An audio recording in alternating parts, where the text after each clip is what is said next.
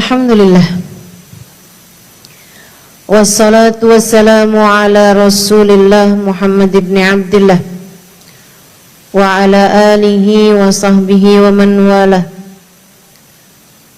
Subhanaka la ilma lana illa ma 'allamtana innaka antal alimul hakim. Rabbi shrah li sadri wa yassir li amri wahlul 'uqdatan min lisani yafqahu qawli. Amma ba'du. Alhamdulillah, sama-sama kita hormati, kita muliakan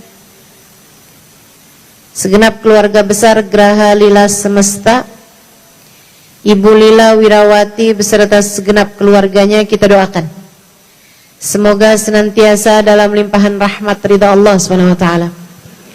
Panjangkan umurnya, sehatkan badannya, dimudahkan urusannya, kabulkan hajatnya, diberkahi kehidupannya, dibahagiakan hidup dunia dan akhiratnya.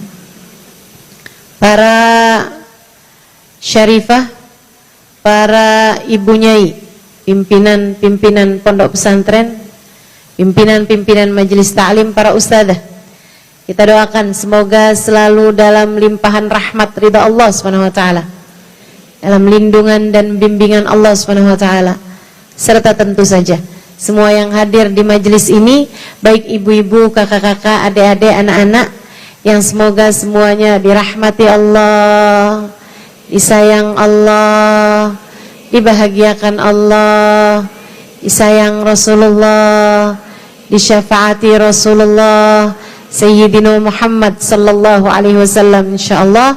Amin ya rabbal alamin. Tenang, Allah sedang menulis ending yang terbaik untukmu. Itu tema kita pada siang hari ini. Saudaraku sekalian yang saya muliakan, ending yang terbaik untukmu semoga sedang dituliskan, tapi tidak untuk semua orang. Apakah kamu pikir para koruptor akan diberi ending yang terbaik? Tentu tidak. Apakah kamu berpikir anak yang durhaka sama orang tuanya akan diberi ending yang baik? Apakah kamu berpikir seorang umat yang durhaka kepada nabinya akan diberi ending yang baik? Apakah kamu berpikir seorang hamba yang selalu durhaka, berbuat dosa, tanpa pernah peduli kepada Allah Tuhannya, padahal dia menjalani kehidupan darinya, apakah kamu berpikir akan diberi ending yang terbaik? Tentu tidak.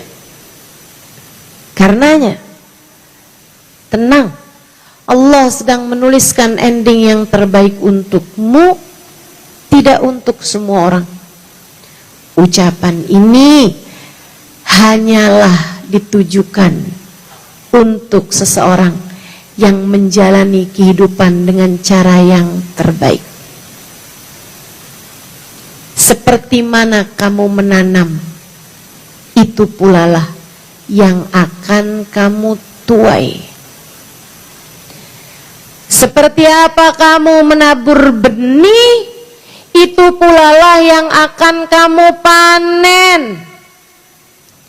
Kalau yang kamu tanam adalah jagung, maka berharaplah panen jagung.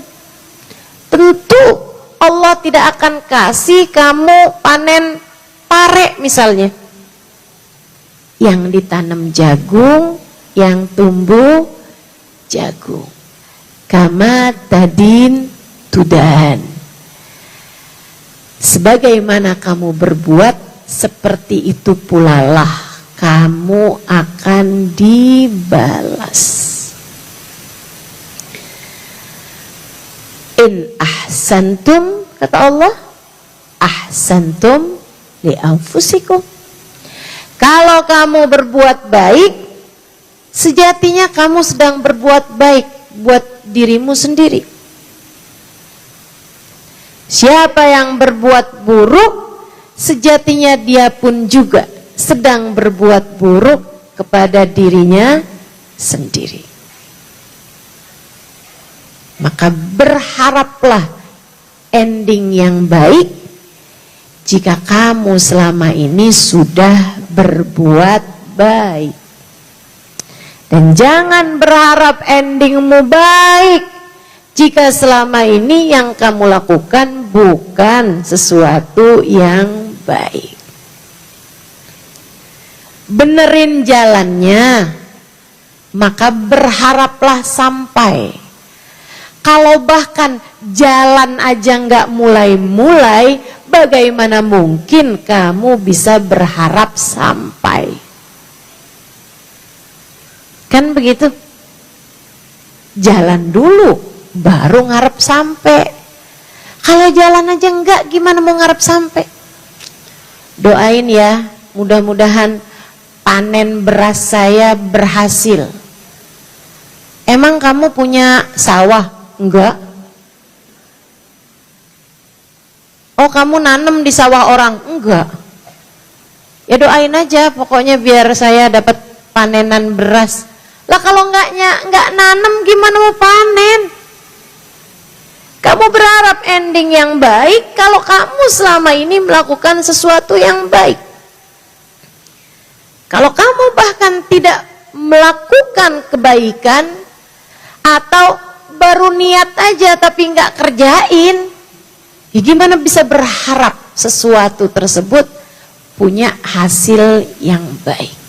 Yuk, sekarang kita mau pelajari jalannya biar bisa dikasih ending yang terbaik, biar bisa dikasih akhir yang baik. Bukan hanya ketika kematian itu tiba, itu N yang beneran N. Ya, kehidupan dunia ini berakhir dengan saat kematian. Itu tentu saja. Kama ta'ish tamut, sebagaimana kamu berbuat, seperti itu pula lah. Sebagaimana kamu hidup, seperti itu pula lah kamu akan mati. Hidup kamu kayak gimana, matinya juga bakalan kayak begitu. Itu iya, teman-teman sekalian. Tapi sebelum itu, rumah tanggamu hasilnya kayak gimana? Anak-anak yang kamu besarkan hasilnya akan menjadi seperti apa? Kehidupan bertetangga akan jadi semacam apa? Kehidupan berkawan akan menjadi semacam apa? Hari-hari kita di masa tua akan menjadi semacam apa? Kalau kita diberi umur panjang sampai tua, itu semuanya bergantung dari jalan yang kamu tempuh sekarang. Saya akan kasih tahu kamu, jalan yang harus kamu tempuh itu yang bagaimana, agar semoga selalu diberi akhir segala sesuatu yang baik.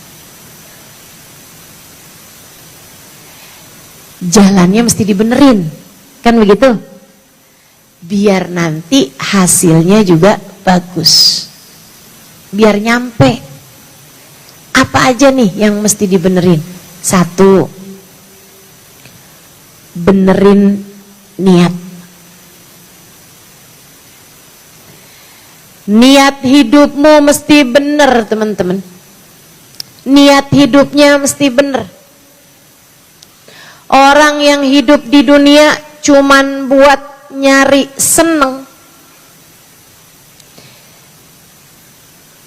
akan sulit baginya untuk mendapatkan hasil yang baik. Apalagi jika dia nggak peduli dapat senengnya dari yang halal atau yang haram, yang penting seneng. Susah tuh mau dapat hasil yang bagus.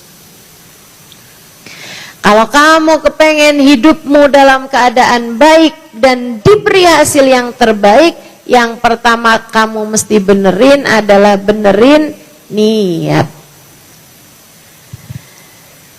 Nih, urusan nikah. Yang pertama kamu harus benerin dalam urusan kehidupan rumah tangga adalah niat. Kamu menikah, kamu berumah tangga, niatnya buat apa? Nabi ngajarin kita buat bagusin niat, benerin niat. Bahkan untuk amalan yang begitu besar yaitu hijrah. Berangkat dari Mekah ke Madinah, ninggalin rumah, ninggalin keluarga, ninggalin temen, ninggalin kerjaan, ninggalin kampung halaman yang mereka sudah terbiasa menempuh perjalanan berhari-hari hingga akhirnya sampai di Madinah, nggak punya apa-apa mereka. Tentu pahala luar biasa buat para sahabat yang ikut hijrah bersama dengan Nabi Muhammad. Tapi di antara mereka ternyata ada orang yang hijrahnya, dia berangkat segitu susahnya cuman buat bisa dapat pekerjaan yang layak. Usaha di Mekah gagal mulu nih. Kali-kali kalau saya dagang di Madinah, usahanya bisa maju. Orang Madinah kan jarang ada yang dagang. Orang Madinah kebanyakan petani. Di Mekah baru pedagang. Di Madinah kebanyakan petani, petani kurma. Ada yang begitu. Jadi berangkat hijrah susah-susah, urusannya adalah uang. Urusannya pengen dapat penghasilan. Ada juga orang, dia berangkat pergi hijrah ke Madinah bukan karena kepengen tinggal bersama dengan Nabi, pengen bisa melaksanakan agama dengan benar, pengen biar bisa jadi makmumnya Nabi Muhammad dalam setiap sholat, mengerjakan kewajiban-kewajiban sebagai hamba Allah Subhanahu wa ta'ala. Bukan. Dia berangkat pergi hijrah ke Madinah adalah karena perempuan yang ditaksirnya berangkat hijrah.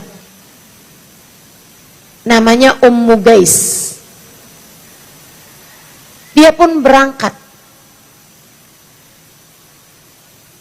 Sampai di Madinah beberapa waktu, sahabat nanya, Rasul, kita nih kan sekarang udah nyampe Madinah nih semuanya nih, yang asalnya di Mekah.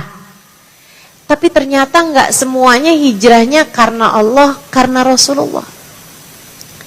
Nggak semua hijrahnya kepengen deket sama Allah lewat jalannya Rasulullah.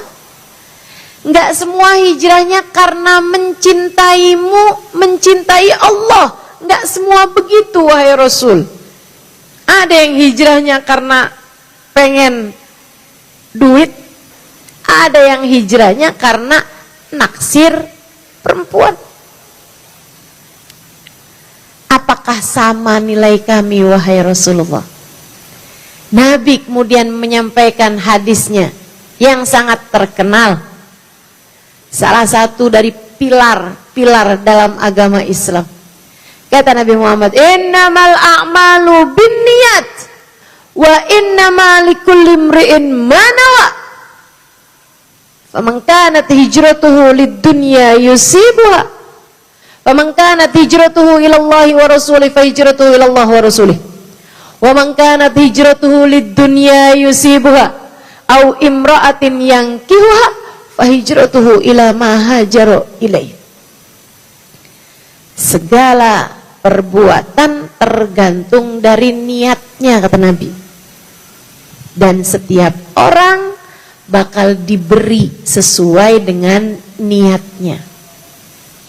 Siapa yang hijrahnya karena Allah dan Rasulnya, dia dapat pahala di sisi Allah, dia dapat syafaat Rasulullah. Siapa yang hijrahnya karena cinta kepada Allah, karena cinta kepada Rasulullah, maka dia akan dapat seindah-indah hubungan antara dia dengan Allah, seindah-indah hubungan antara dia dengan Rasulullah. Tapi faman kanat hijratuhu lidunya yusibuha, siapa yang hijrahnya hanya karena kepengen dapat harta, au imra'atin yang kihuha, atau hijrahnya karena cinta kepada seorang manusia, fahijratuhu ila ma hajara ilaih, maka ia hanya mendapatkan pahala hijrah berupa apa yang dia niatkan tersebut. Dia hanya mendapatkan balasan hijrahnya hanya dari apa yang dia niati belaka. Nih, hari ini, siang ini kita hadir di majelis ini, sama-sama duduknya. Walaupun saya sendirian duduk di sini, tapi kita sama-sama duduk, teman-teman. Adakah sama nilai kita di mata Allah? Enggak. Beda. Bedanya dari apa? Macam-macam. Tapi salah satunya, yang paling utamanya adalah bergantung dari niat. Kamu hadirnya buat apa? Coba tanya masing-masing di hatinya. Saya datang tadi nih pengen apa ya? Buat apa ya? Ada yang berangkat cukup jauh dari rumahnya, tujuannya pengen tahu mukanya Ustazah Halimah. Ini yang ketawa berasa kayaknya nih. Selama ini biasa dengerin suaranya, belum pernah ketemu orangnya. Jadi pengen tahu muka dia kayak gimana. Ada juga yang hadir udah diundang membulila, nggak enak kalau nggak datang.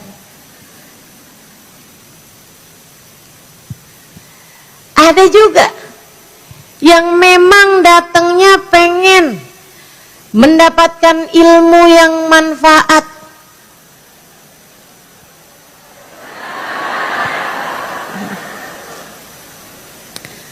Saya nggak bisa ngelihat muka saya sendiri nih. Kalau saya noleh ke belakang, dia ikutan noleh ke belakang. Ada yang kepengennya biar dapat ilmu yang manfaat. Pengen biar dikasih tahu caranya dekat ke Allah, caranya dekat ke Rasulullah. Pengen duduk di majelis, kenal sama Allah, kenal sama Rasulullah. Doa di majelis biar mustajab. Saya kepengen bisa dikasih tahu caranya jadi hamba Allah, buat saya amalkan dalam kehidupan saya. Semua orang diberi sesuai dengan niatnya. Nilai kita nggak sama. Bahkan saya nih datang jauh-jauh dari Jakarta ke sana, ke sana, ke sana, ke sana. Saya berbicara pegang mic. Kalau tujuan saya hanya semata-mata dunia belaka, balasan Allah dari saya hanya semata dunia belaka. Pekerjaannya sama sekalipun, kalau niatnya beda, maka orang hanya akan diberi sesuai dengan niatnya. Yang paling menyesal di akhirat adalah orang-orang yang waktu di dunia mereka melakukan pekerjaan-pekerjaan akhirat, tapi niatnya hanya untuk dunia, sehingga di akhirat nanti dia tidak mendapatkan balasan apa-apa. Dia bilang, ya Allah, saya setiap pagi sholat duha, kenapa nggak ada pahalanya? Allah bilang, kamu sholat duha biar rezekinya lancar. Sudah saya lancarkan rezekimu di dunia. Kamu tidak berharap apa-apa dariku untuk akhiratmu. Kamu hanya minta balasan dunia, maka aku sudah memberikannya kepadamu di dunia. Ya Allah, saya setiap malam baca surat Ar-Rahman. Iya, kamu tiap malam baca surat Ar-Rahman, biar suami kamu gak kawin lagi. Dan sudah aku beri balasan itu waktu di dunia. Suamimu tergila-gila padamu, kamu disayang, dicinta sama suamimu. Sudah aku berikan padamu balasan di dunia. Sekarang datang ke akhirat, balasanmu gak ada. Karena kamu tidak melakukannya untuk akhiratmu, kamu hanya melakukannya untuk duniamu. Ini yang paling sedih di akhirat nih. Yang niat hidupnya bukan buat Allah SWT. Niat sedekahnya, niat berbuat baiknya hanya untuk dunia semata. Bu, Kak, Dek, kalau semua yang kamu lakukan di dunia hanya untuk mendapatkan dunia, lantas bekalan yang mana yang kamu akan bawa menuju akhiratmu?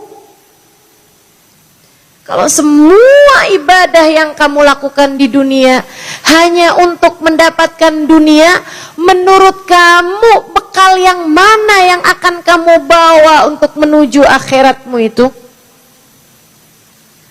Nikah. Buat apa? Biar ada yang menafkahi. Habisnya itu tiap hari dia baik sama suaminya hanya biar suami saya tidak mengkhianati cinta saya. Begitu caramu hidup. Kemudian dia hamil, punya anak. Dia jaga anaknya, dia lakukan anaknya dengan cara yang terbaik menurut versinya. Kalau ditanya, kenapa kamu berbuat baik sama anakmu? Biar ada yang ngurusin saya di masa tua. Anak saya adalah investasi bagi saya. Enggak gitu, Bu, caranya jalanin kehidupan. Kita umat Islam, kita yakin bahwa sesudah kehidupan di dunia akan ada kehidupan di akhirat menyertainya. Maka sambungkan duniamu dengan akhiratmu dengan cara berniatlah. Niatnya yang bagus, niatnya yang benar. Nyari ridho Allah, nyari kedekatan sama Allah, nyari ampunan Allah, nyari cintanya Allah, nyari syafaat Rasulullah, nyari kedekatan dengan Rasulullah, nyari biar dikenali sama Nabi Muhammad, nyari biar dicinta sama Nabi Muhammad. Saya berbuat, melakukan berbagai macam hal biar Nabi Muhammad kenal sama saya, biar Nabi Muhammad kenal sama saya. Ibu-ibu saudaraku sekalian yang saya muliakan, saya hampir setiap hari, saya Halimah Ali terus sampai setiap hari jalan ke sana kemari, ke sana kemari. Ibu-ibu saudaraku sekalian, saya ceritakan tentang Allah biar saya dikasihani sama Allah, biar saya dirahmati sama Allah. Saya kemana-mana saya ceritakan tentang Nabi Muhammad, biar saya dikenali sama Nabi Muhammad. Biar nanti kalau saya datang di hari akhirat, Allah kesian sama saya. Ini dia nih yang suka ceritakan tentangku kepada hamba-hambaku. biar Allah ampunin dosa-dosa saya. Biar Allah tutup aib-aib saya. Biar Allah sertakan saya, kasihani saya. Ini dia. Biar bagaimanapun dia selalu menceritakan tentangku. Biar nanti kalau ada apa-apa di akhirat saya, Nabi Muhammad berkenan menyelamatkan saya, menolong saya dengan syafaatnya. Ini dia nih yang suka menceritakan tentang saya kepada umat saya. Itu yang saya harapkan. Sebab Bu, esok atau lusa 10-20 tahun, paling lama berapa sih? 30-40 tahun saya hidup di atas muka bumi ini. Andai lama kayak gimana pun paling sisa 30 tahun. Saya sekarang udah tua loh ini. Ibu-ibu sekalian, saya akan kembali ke sana. Dan yang sisa adalah dunia saya nggak saya bawa, hafalan-hafalan saya nggak saya bawa, kepandaian saya bercerita nggak saya bawa, suami saya nggak saya bawa, anak emangnya juga belum punya, saudara-saudara nggak ada yang saya bawa, pujian-pujian orang kepada saya nggak ada yang saya bawa. Yang saya bawa hanya sisa 2. Dan saya nggak tahu apakah saya berhasil mendapatkannya. Saya hanya berusaha untuk semoga saya berhasil mendapatkan 2 hal tersebut. Rahmat Allah yang pertama, syafaat Nabi Muhammad yang kedua. Maka mumpung kamu masih dikasih kesempatan, kamu pengen akhir yang baik terhadap segala sesuatu, benerin niat. Niatkan apapun yang kamu lakukan lillah wali rasuli, untuk Allah dan untuk Rasulnya. Lillah wali rasulih, karena Allah dan karena Rasulullah Muhammad sallallahu alaihi wasallam. Sebab hal terbesar yang kita perlukan dalam kehidupan adalah rahmat Allah yang pertama, syafaat Nabi Muhammad yang keduanya. Kasih sayang Allah yang pertama, cinta kasih Nabi Muhammad kepada kita umatnya yang keduanya. Itulah hal tertinggi yang kita perlukan di akhirat nanti. Dan sudah dimulai hal tersebut dari sejak kita ada di atas muka bumi ini. Orang-orang yang di atas muka bumi ini hidup dengan rahmatnya Allah dan dengan syafaatnya Rasulullah. Mereka akan menjalani kehidupan yang baik sebelum kelak akan diberi akhir kehidupan yang baik. Dan di masa-masa kehidupannya dia akan selalu dipandang Allah Subhanahu wa taala dengan pandangan kasih sayangnya. Yuk belajar benerin niat. Insya Allah. Insya Allah. Saudaraku sekalian yang saya muliakan, benerin. Kamu selama ini udah baik sama suami kamu. Kamu urusin, kamu khidmah, kamu layani dengan baik. Tinggal benerin niatnya aja. Jangan kerjain itu semua hanya agar transferan lancar. Jangan. Nanti kamu kecewa. Karena yang ngasih rejeki emak kamu tuh bukan suami kamu. Irhamukillah. Melainkan yang ngasih kamu rejeki hanya satu, namanya Namanya Allah. Kamu selama ini sudah baik kepada suami kamu, tapi liatin niat kamu selama ini apa?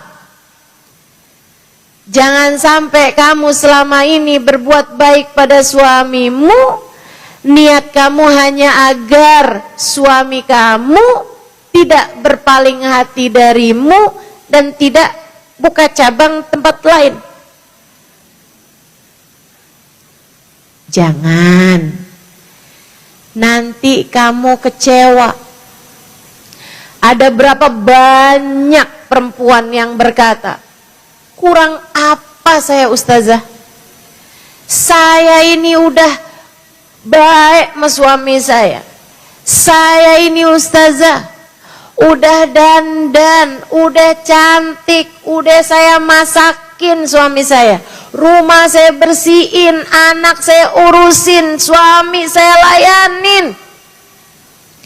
Saya sepenuh hati sama dia.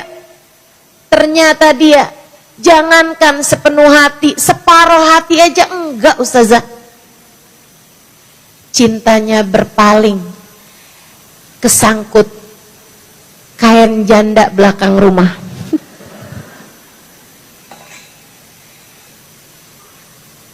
Kamu kecewa. Kenapa pengorbanan saya sia-sia? Kata seorang istri nih, kenapa cinta saya dikhianati? Kata seorang istri,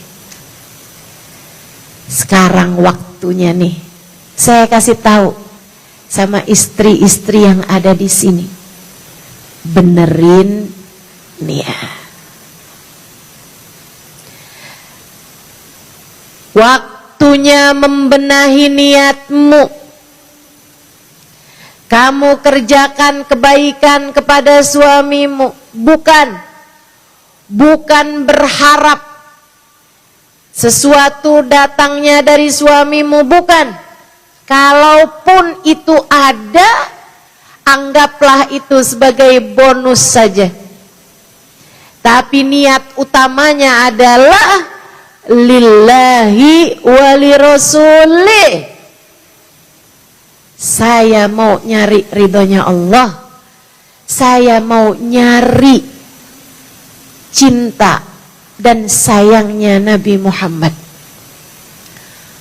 Apakah menurutmu Allah ridho sama perempuan yang kerjaannya suka ngomel mulu sama suami? Apakah menurutmu Allah seneng sama seorang istri yang suka bilang sama suaminya, ada uang abang sayang, nggak ada uang silahkan tidur di luar? Tentu enggak. Apakah menurutmu Allah ridho sama seorang istri yang menyia-nyiakan suaminya? Enggak, tentu saja. Allah ridhonya sama seorang istri yang berkata baik, berperilaku baik, menghormati, menjunjung tinggi suaminya. Karenanya, kalau kemarin-kemarin kamu berbuat baik pada suamimu karena mengharap cinta suamimu, sekarang ubahlah niatmu, tetaplah berbuat baik pada suamimu dan niatkanlah agar aku dicintai oleh pemilik suamiku, Allah subhanahu wa ta'ala. Ketika kamu layani dia, ya Allah, sayangi saya ya Allah. Ketika kamu tersenyum pada suami kamu, padahal transferan macet, ya Allah, sayangi saya ya Allah.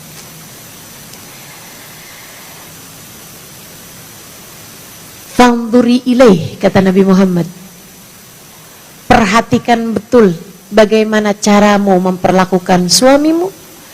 Fa innama huwa jannatuki wa naruki, sebab suamimu adalah jalan surga bagimu.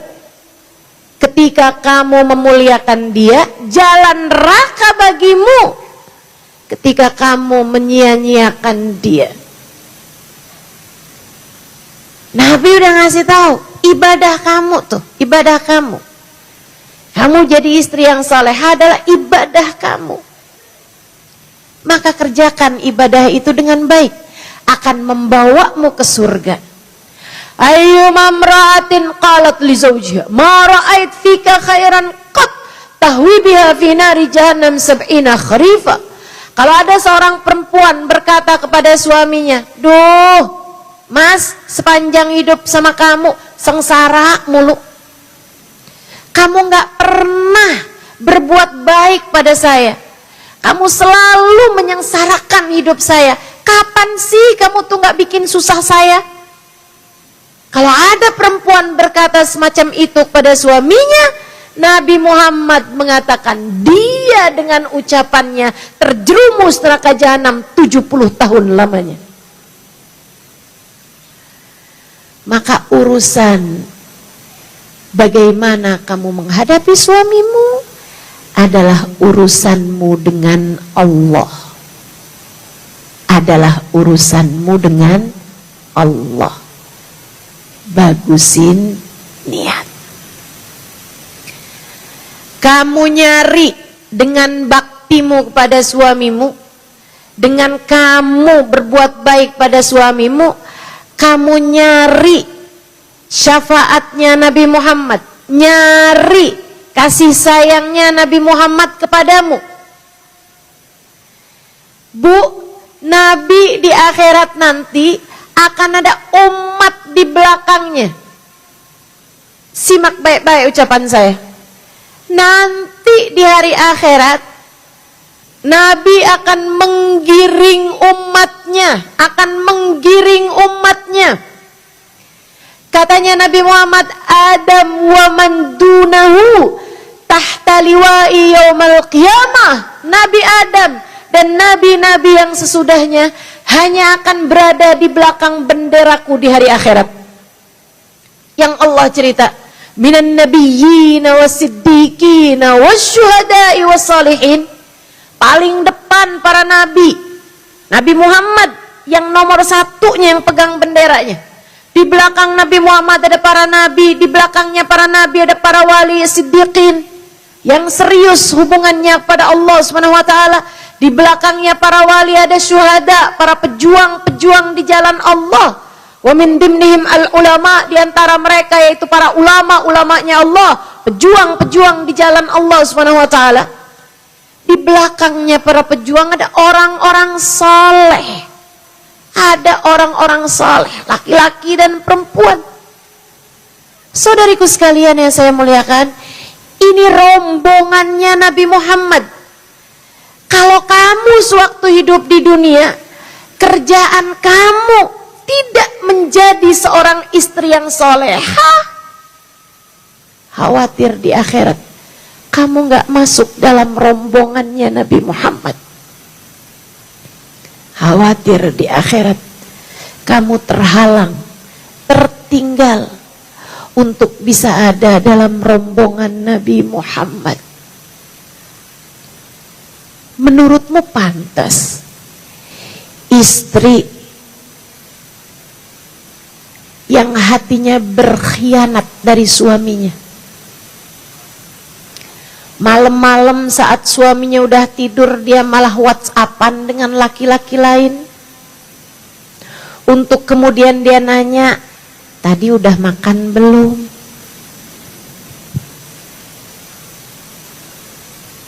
Makan pakai apa tadi? Kamu waktu makan malam tadi ingat saya gak? Allahu Akbar. Apakah menurutmu wanita yang semacam ini pantas ada di belakang Nabi Muhammad?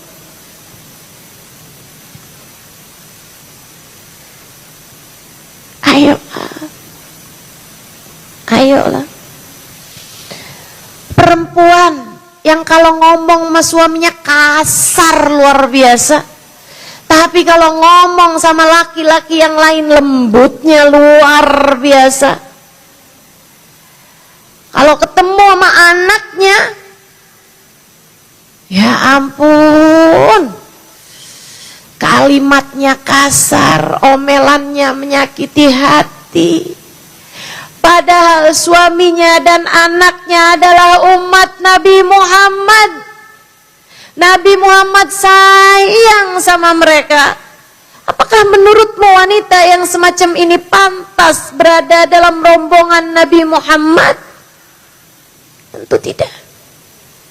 Karenanya, yuk, lillah wali rasulih, niatkan kebaikan-kebaikanmu, amal ibadahmu, bahkan apapun yang kamu lakukan dari kehidupanmu di dunia ini, niatkan nyari ridha Allah, nyari syafaat Rasulullah, nyari cintanya Allah, nyari cintanya Rasulullah. Insya Allah. Saudaraku sekalian saya muliakan, satu, bagusin niat. Kalau pengen jalan hidup yang baik, biar dikasih ending yang baik, akhir yang baik. Yang keduanya, a'udzubillahi minasyaitonirrajim, wal 'aqibatu lil muttaqin. Kata Allah, ending yang baik, akhir yang menyenangkan, lil muttaqin, akan Allah persembahkan buat hamba-hamba yang bertakwa. Apa itu takwa? Tinggalin dosa, raih pahala. Apa itu takwa? Jauhi maksiat, kerjakan taat. Itu namanya takwa. Saya akan dapat ending yang terbaik. Saya yakin itu. Tapi kamu enggak sholat. Sholat nomor 2. Bagaimana kamu berharap Allah ngasih kepadamu yang kamu mau, jika apa yang Allah mau tidak kamu kerjakan? Kerjakan dulu yang Allah mau, biar kamu diberi yang kamu mau. Tinggalin dosa, Dek. Hari-hari kerjaannya pacaran mulu. Sambil dia bilang, aku adalah seorang putri, saya adalah princess, yang nanti saya akan bersanding dengan pangeran. Adik-adik, kalau kamu kerjaannya di dunia pacaran melulu, ngerjain yang haram, artinya kamu tidak sedang menempuh jalan menuju Allah. Kamu malah justru mencari jalan, menempuh jalan menjauhi Allah, mengikuti jalannya setan. Dek, setan gak bakal bawa kamu ke surga. Setan tempat kembalinya adalah di ma khala rajul wa imra'ah illa wa syaitan tsalituhuma. Tidaklah berdua-duaan laki-laki dengan perempuan, melainkan yang ketiganya adalah Ustazah, saya emang pacaran, tapi saya pacarannya syar'i. Gimana maksud kamu pacaran syar'i? Ya Ustazah, ntar pacar saya ngingetin, Umi, jangan terlambat bangun subuh ya.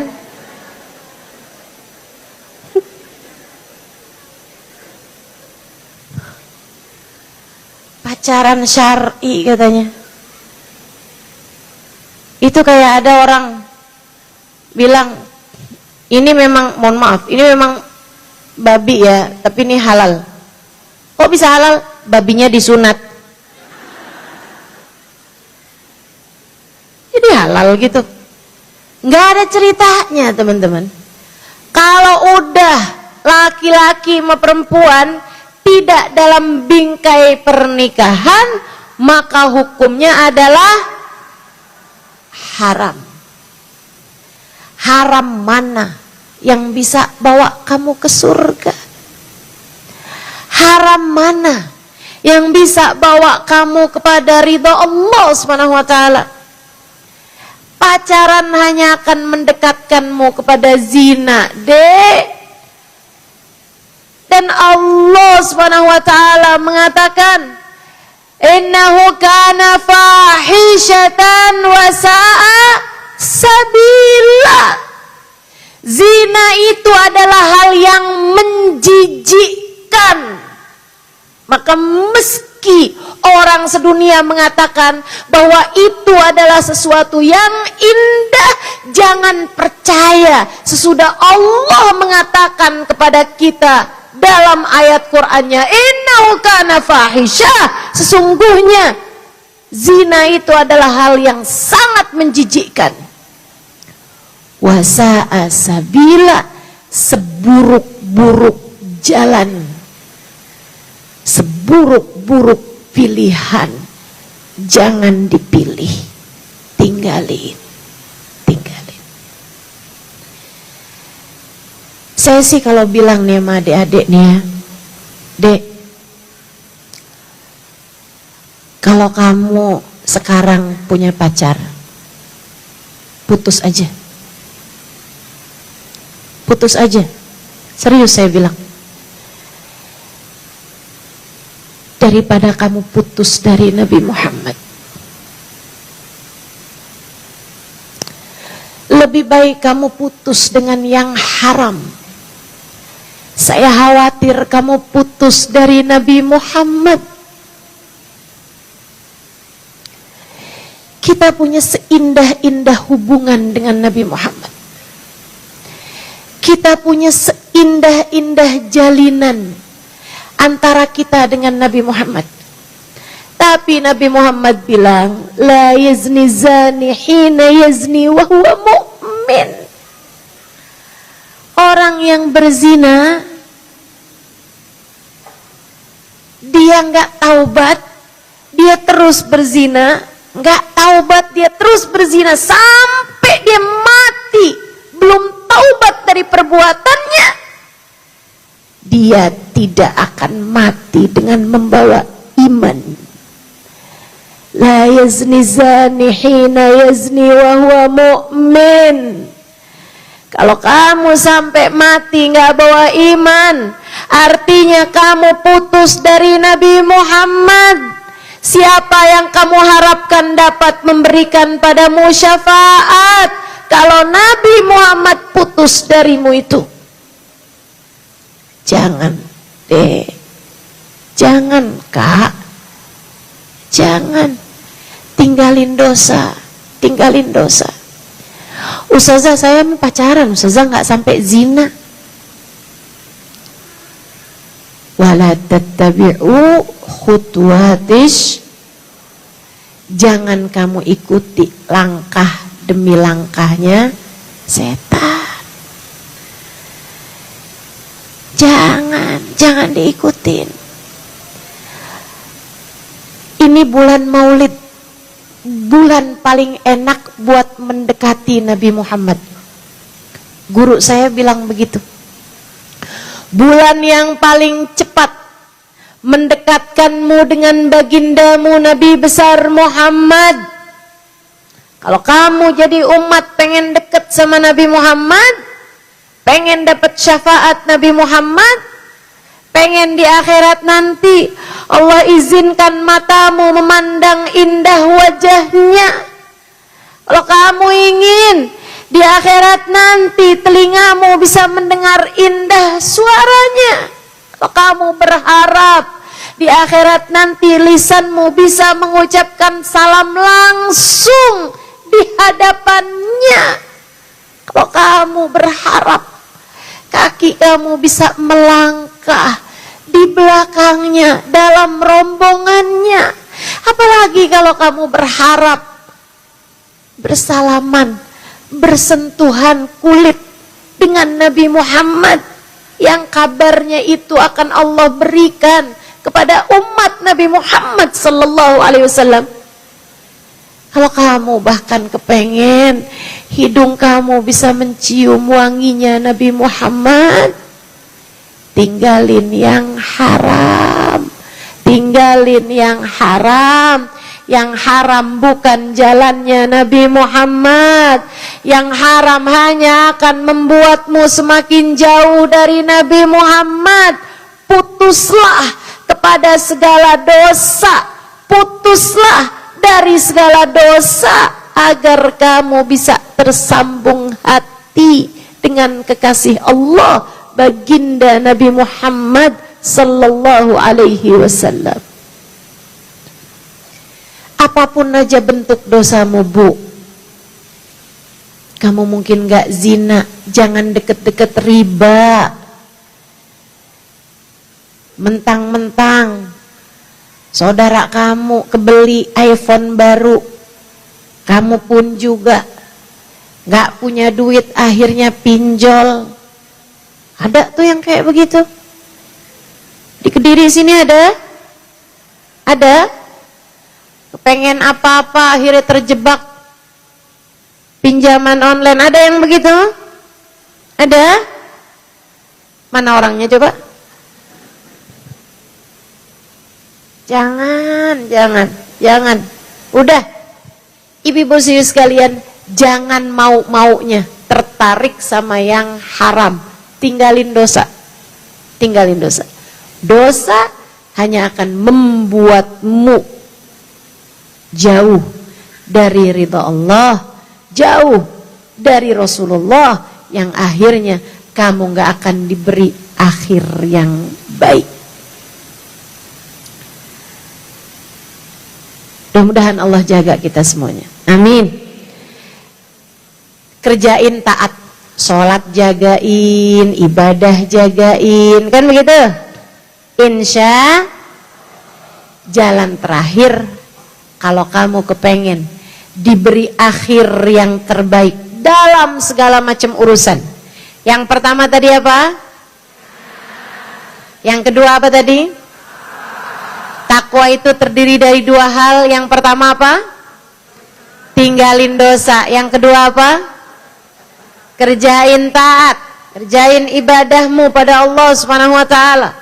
Salatmu jagain, ibadahmu yang lain jagain, sedekahmu jagain, zikirmu jagain, jalan takwamu pada Allah Subhanahu wa taala. Yang terakhir, kalau kamu pengen jadi orang-orang yang selalu diberi akhir yang baik oleh Allah Subhanahu wa taala, Bu, pecinta akan selalu dikumpulkan dengan yang dia cintai. Kita dimanapun saja, nggak di dunia, nggak di akhirat, hanya akan dikumpulkan dengan orang-orang yang kita sayangi, yang kita cintai. Saudariku sekalian yang saya muliakan, karenanya kamu pengen dikasih akhir-akhir yang baik, cintailah yang semestinya kamu cintai. Hati kamu tuh punya kerjaannya. Kerjaannya hati adalah mencinta dan membenci. Itu kerjaan hati. Cinta atau benci. Saudaraku sekalian, dan hati itu kalau kita nggak didik untuk mencintai yang benar, maka hawa nafsu buat ngajakin dia. Hawa nafsu akan mengajak hatimu untuk mencintai yang tidak semestinya dicinta. Cintai yang benar. Siapa yang seharusnya dicinta? Tentu saja Allah wa Rasulih.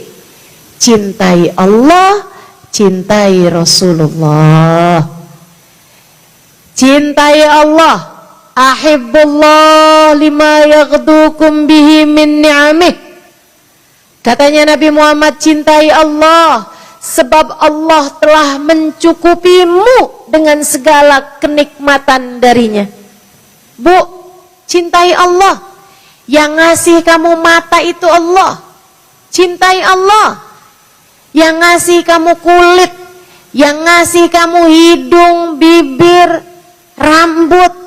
Allah SWT.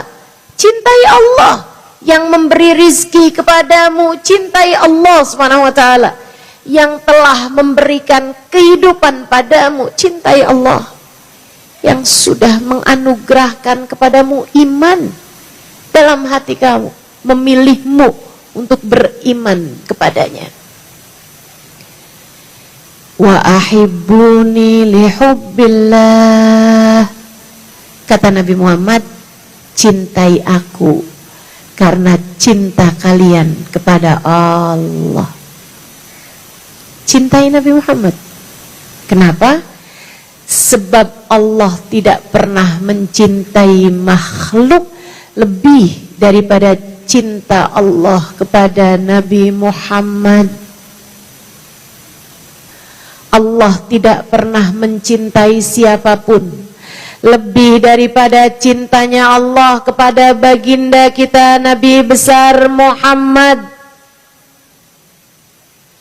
Kalau kamu kepengen akhir kehidupan kamu Allah karuniakan kematian yang indah, kalau kamu pengen rumah tanggamu yang sekarang sedang berada dalam ujian punya akhir yang bagus, jangan sampai terjadi hal-hal yang tidak kita inginkan. Kalau kamu kepengen anak-anak yang sekarang kamu besarkan, yang sekarang kamu didik, yang sekarang kamu biayai, kelak akan menjadi anak-anak yang soleh-soleha, yang bisa menjadi penghibur hatimu dunia hingga akhirat, maka cintai Nabi Muhammad. Cintai Nabi Muhammad. Karena Allah tidak pernah mencintai siapapun lebih daripada cintanya kepada Nabi Muhammad. Allah akan cinta kepada siapapun yang mencintai Nabi Muhammad.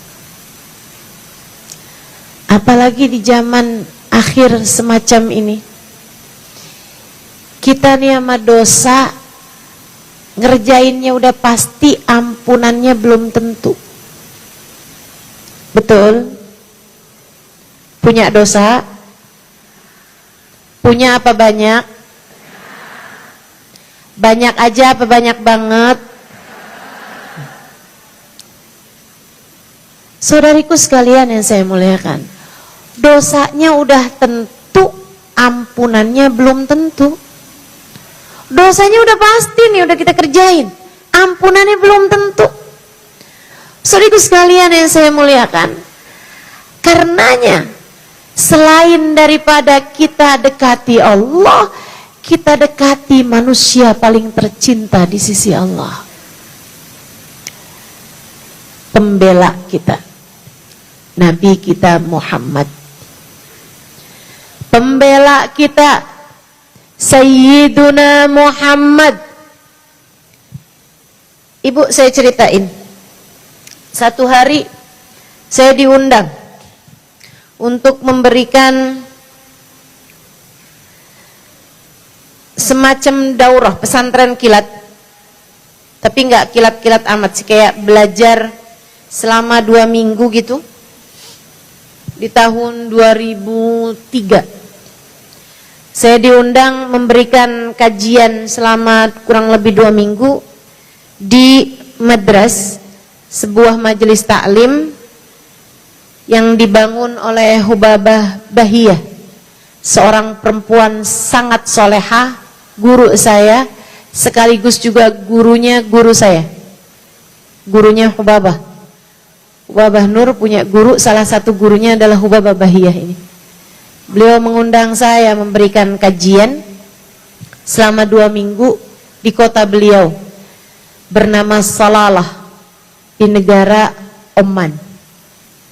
Saya pun datang ke sana setiap sore bulan Ramadan. Jadi saya memberi kajian ba'da waktu pagi sampai duhur, kemudian habis itu ba'da maghrib habisnya buka, nah kita mulai sholat taraweh, kemudian ada kajian lagi sampai dengan tengah malam. Sedikit sekalian saya muliakan, hari itu saya memberi kajian tentang sholat khusyuk. Ubah babahiyah duduk di sebelah saya. Saya sampaikan dalam bahasa Arab tentu saja karena yang hadir hampir semuanya adalah orang yang tidak bisa bahasa Indonesia. Saya sampaikan tentang kehusyuan sholatnya para wali-walinya Allah SWT. Ada Sayyidina Abu Bakar Sakran. Itu dioperasi badannya, beliau memilih untuk tidak meminum minuman keras, saat itu belum ada bius, karena beliau bilang saya tahan sakit, bahkan sakitnya operasi sekalipun, kalau saya melakukannya dalam keadaan sholat. Sehingga beliau sholat, kemudian di tengah sholat tersebut dokter-dokter mengoperasi beliau. Nggak kelihatan mukanya kayak kesakitan, atau bahkan sampai selesai sholat, yang memang sholatnya lama ya, sampai dengan selesai sholat, beliau bilang sama para dokter, kenapa kamu nggak operasi saya ketika saya sholat tadi?